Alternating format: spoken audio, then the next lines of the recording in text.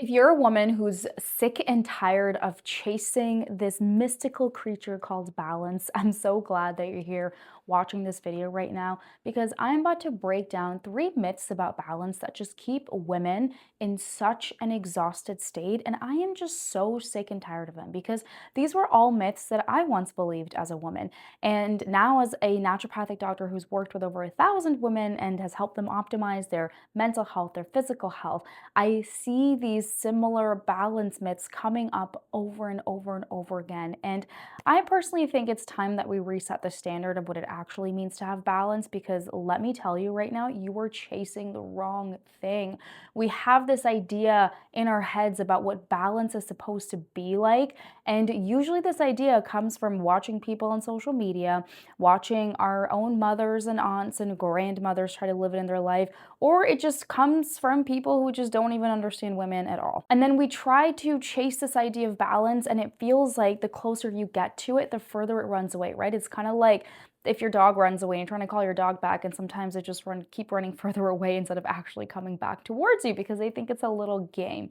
So let's get out of this game. Let's address these myths about balance so that you are not caught in this exhaustion cycle because it is exhausting chasing this magical unicorn that honestly doesn't even exist in the first place. If you're new to this channel, my name is Dr. Bisley Natley. I'm a cognitive behavioral therapy certified naturopathic doctor, and I help people rise into their greatest potential by teaching them how to optimize their mind and their body. Because I truly believe when we ourselves feel good in ourselves, when our body is energetic, it feels light, when we have mastery over our thoughts, our emotions, we get everything else that we want in our life. And with that being said, let's get into the myth. By the way, I'm drinking an eggnog latte, and this is why I love Christmas time because all the eggnog flavored things come out. All right, so myth number 1. I think this one is probably the most toxic myth, is that rest is something you get after you finished everything. I cannot begin to tell you the amount of years I spent my life living with this being the truth of my life. I remember all the times I would hold in my pee for literally hours because I was just like, I need to get this done, and now I need to get this done, and wait, I'll go pee after I do this, or I'll let myself drink water after I finish this, or I can have lunch after this. And it's just like, excuse me, miss, like, what are you doing? Rest isn't something you get after you've achieved something. And this is a really toxic way of looking at rest because then what starts to happen is that rest becomes a reward.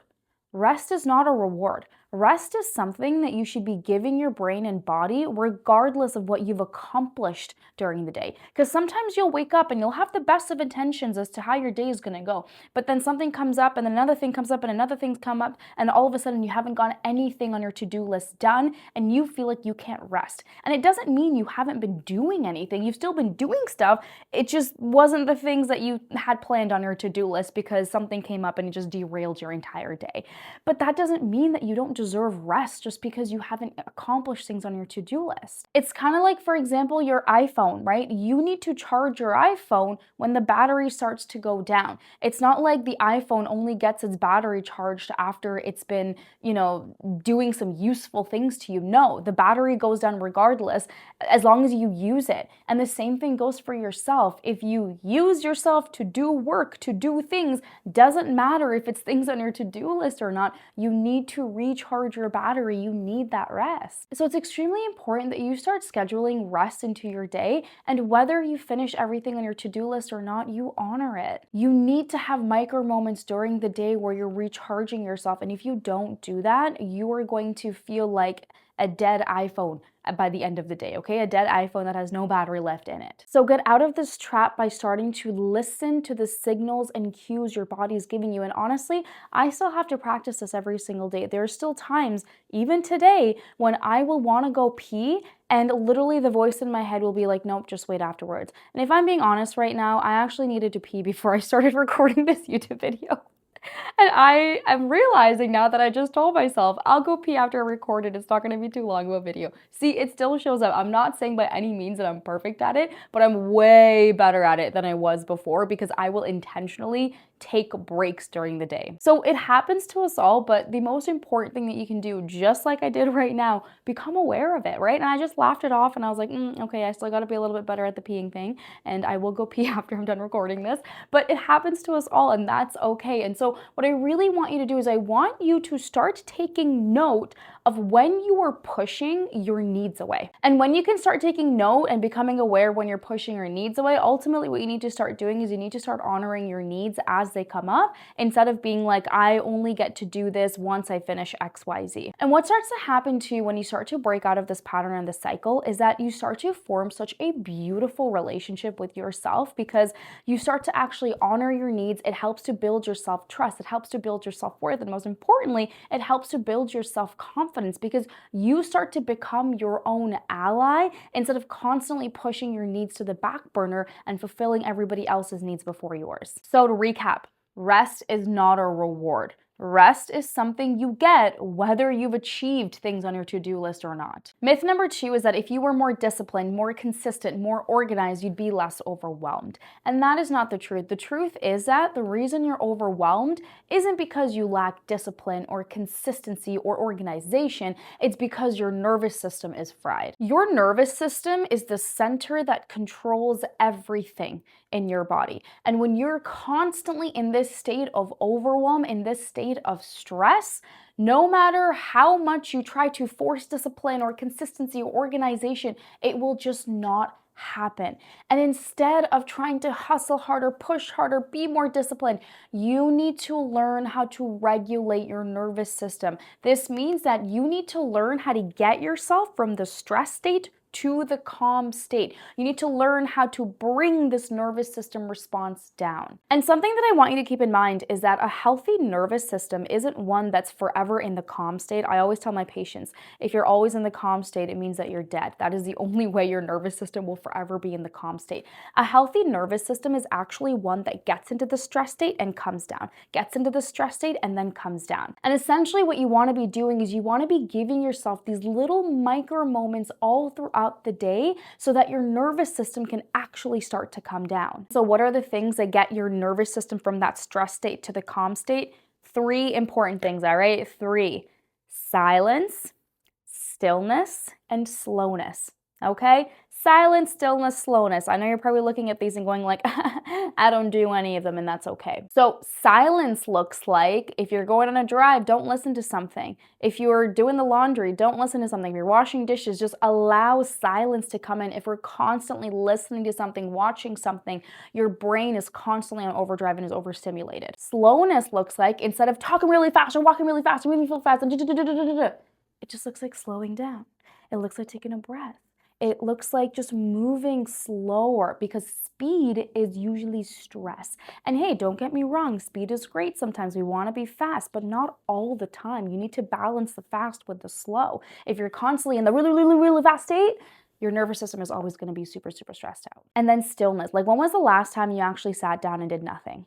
Probably never. And don't get me wrong, I have such a hard time with the stillness piece as well, because, you know, I kid you not, like, my leg will be twitching, my eyes twitching. I'm just like trying to control myself to not go and have to like do something. So trust me, I totally get it. But so important. The stillness is so key, because we are living in a society where everybody's constantly on the go, right? We're on to the next thing and the next thing and the next thing and the next thing. And the more that you're constantly doing, you're constantly in the go mode, right? And remember what I said, in order to get from the stress state to the calm state, you have to give a break and opening so that the nervous system can actually reset itself. And so having some level of stillness where you're just sitting down and doing nothing can really help to do that. So for example, if you have 5 minutes before your next meeting, like, just don't do anything. Just sit in your seat and just be.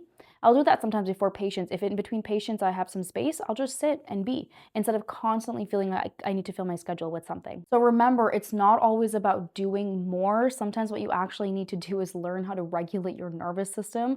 And when you start to do that, you feel way less overwhelmed. And then the last myth is that balance looks like doing everything all at once perfectly. And that just couldn't be further from the truth, right? Balance isn't about having your health in check and family in check and relationships in check and your career in check and having everything all working out so perfectly all at once. That's not what balance is. I really want you to shift the way that you think about balance, and instead, I want you to see balance as seasonal focus. And this means that you need to take a step back and ask yourself, what are like the top 2 to 3 priorities of this season of your life? So maybe one of them's career, maybe one of them's family, maybe one of them's your relationship.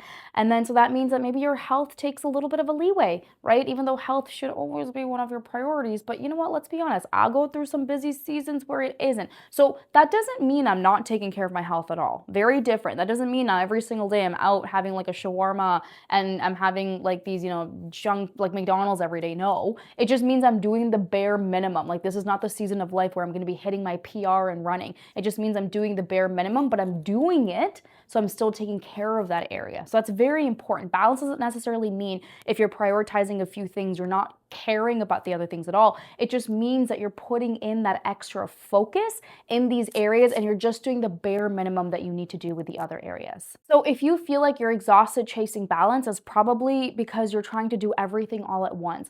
Instead, I want you to take a step back and really ask yourself, what are some of your biggest priorities in this season of your life, and just focus on those things. That on its own is going to reduce so much overwhelm because you don't need to be perfect in all areas of your life all at once. Seasonal focus is where it's at, and I would recommend, maybe every quarter changing up those priorities.